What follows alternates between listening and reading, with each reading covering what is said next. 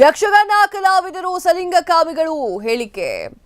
ಬಿಳಿಮಲೆ ವಿರುದ್ಧ ರವಿ ಅಲೆವೂರಾಯ ಅವರ ದೂರು. ಕನ್ನಡ ಅಭಿವೃದ್ಧಿ ಪ್ರಾಧಿಕಾರದ ಅಧ್ಯಕ್ಷ ಪುರುಷೋತ್ತಮ್ ಬಿಳಿಮಲೆ.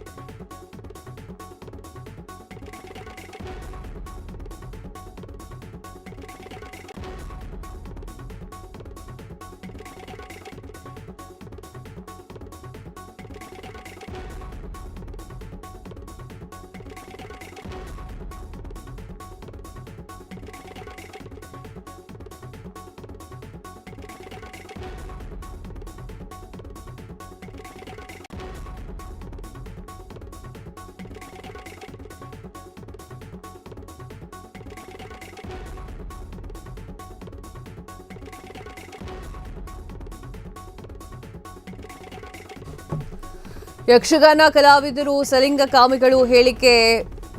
ಬಿಳಿಮಲೆ ಇವರ ವಿರುದ್ಧ ರವಿ ಅಲೆವೂರಾಯ ಅವರ ದೂರು. ಕನ್ನಡ ಅಭಿವೃದ್ಧಿ ಪ್ರಾಧಿಕಾರದ ಅಧ್ಯಕ್ಷ ಪುರುಷೋತ್ತಮ ಬಿಳಿಮಲೆ ಖ್ಯಾತ ಸ್ತ್ರೀ ವೇಷಧಾರಿ ರವಿ ಅಲೆವೂರಾಯ ದೂರು ಕೊಟ್ಟಿದ್ದಾರೆ. ಯಕ್ಷಗಾನ ಕಲಾವಿದರು ತೇಜೋವಧೆಯಾಗಿದೆ, ಧಾರ್ಮಿಕ ಭಾವನೆಗಳಿಗೆ ಘಾಸಿಯಾಗಿದೆ, ಆಕ್ಷೇಪಾರ್ಹ ಹೇಳಿಕೆ ಇದು. ಮಂಗಳೂರಿನ ಉರ್ವ ಪೊಲೀಸ್ ಠಾಣೆಯಲ್ಲಿ ದೂರು. ಹಾಗಾದ್ರೆ ರವಿ ಅವರ ದೂರಿನಲ್ಲಿ ಏನಿದೆ?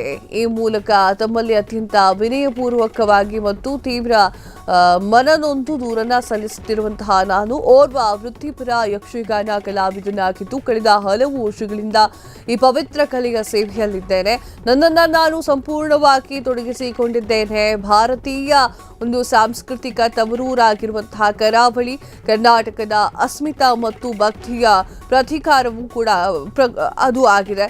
ಸೊ ಈ ಒಂದು ಕಾರಣಕ್ಕಾಗಿ ಯಕ್ಷಗಾನ ಕಲಾವಿದರ ಬಗ್ಗೆ ಇತ್ತೀಚೆಗೆ ವ್ಯಕ್ತವಾಗಿರುವಂತಹ ಕೀಳು ಮಟ್ಟದ ಅಭಿಪ್ರಾಯದ ವಿರುದ್ಧ ನನ್ನ ಬಲವಾದ ಆಕ್ಷೇಪಣೆಯನ್ನ ವ್ಯಕ್ತಪಡಿಸ್ತಾ ಇತ್ತು. ಯಕ್ಷಗಾನವು ಕೇವಲ ಮನೋರಂಜನೆ ಒಂದು ಮಾಧ್ಯಮವಾಗಿದೆಯೇ?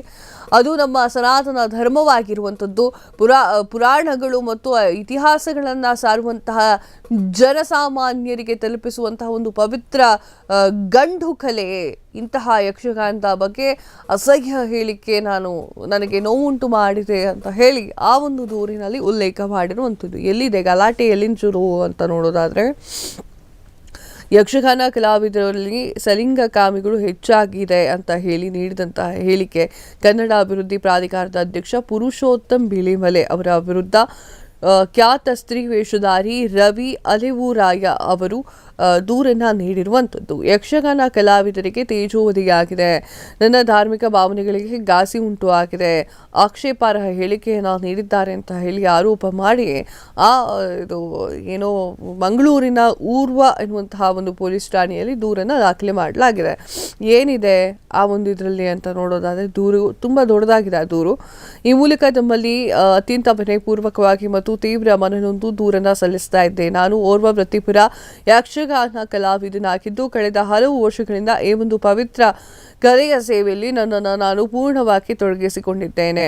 ಭಾರತೀಯ ಸಂಸ್ಕೃತಿಯ ತವರೂರಾಗಿರುವಂತಹ ಕರಾವಳಿ, ಈ ಒಂದು ಕರ್ನಾಟಕದ ಅಸ್ಮಿತಾ ಮತ್ತು ಭಕ್ತಿಯ ಪ್ರತೀಕವಾಗಿರುವಂತಹ ಯಕ್ಷಗಾನ ಕಲೆಯ ಬಗ್ಗೆ ಇತ್ತೀಚೆಗೆ ವ್ಯಕ್ತವಾಗಿರುವಂತಹ ಕೀಳು ಮಟ್ಟದ ಅಭಿಪ್ರಾಯ ವಿರುದ್ಧ ನನ್ನನ್ನು ತನ್ನ ಬಲವಾದ ಆಕ್ಷೇಪಣೆಯನ್ನ ವ್ಯಕ್ತಪಡಿಸ್ತಾ ಇದ್ದು, ಯಕ್ಷಗಾನವು ಕೇವಲ ಮನರಂಜನೆ ಒಂದು ಮಾಧ್ಯಮವಾಗಿರದೆ ಅದು ಸನಾತನ ಧರ್ಮ ಮತ್ತು ಪುರಾಣ ಮತ್ತು ಇತಿಹಾಸಗಳನ್ನು ಸಾರುವ ಜನಸಾಮಾನ್ಯರಿಗೆ ತಲುಪಿಸುವ ಒಂದು ಪವಿತ್ರ ಗಂಡುಕಲೆಯಾಗಿದೆ.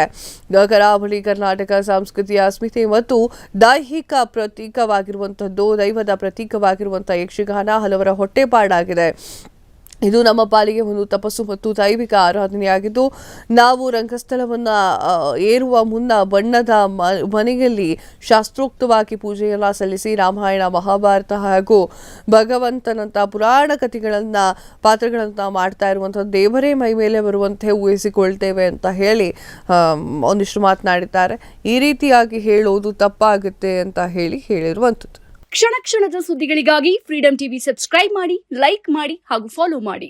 ಹೊಸ ಸುದ್ದಿಗಳ ನೋಟಿಫಿಕೇಶನ್ಗಾಗಿ ಬೆಲ್ ಐಕಾನ್ ಮೇಲೆ ಕ್ಲಿಕ್ ಮಾಡಿ.